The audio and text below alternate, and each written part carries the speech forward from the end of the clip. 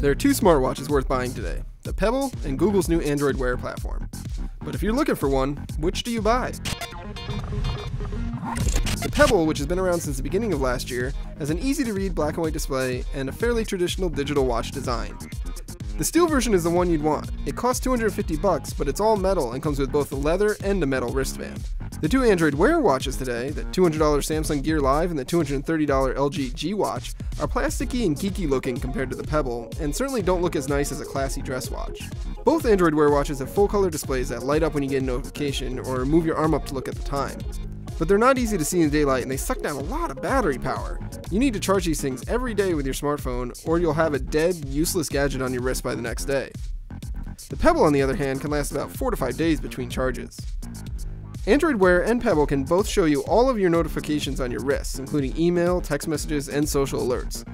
But this can get quite noisy, especially if you have an iPhone and a Pebble, since every notification that hits your phone is now going to come to your wrist.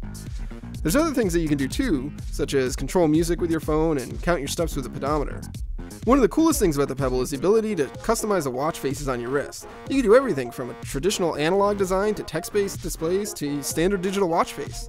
You can also install different apps to extend the capabilities of the watch. Over on Android Wear, the real promise here is the integration with Google Now to show you relevant information when you need it. Are you at the airport and need to get your boarding pass out? No worries, your Android Wear watch is displaying it right on your wrist. You can also control the thing with your voice to send messages, perform Google searches, and more. Android Wear also supports apps, so developers can make it work with their existing smartphone apps to do things like order pizzas, call a cab, or turn your smart lights on and off or more. If you use an iPhone, you really have no option except for the Pebble.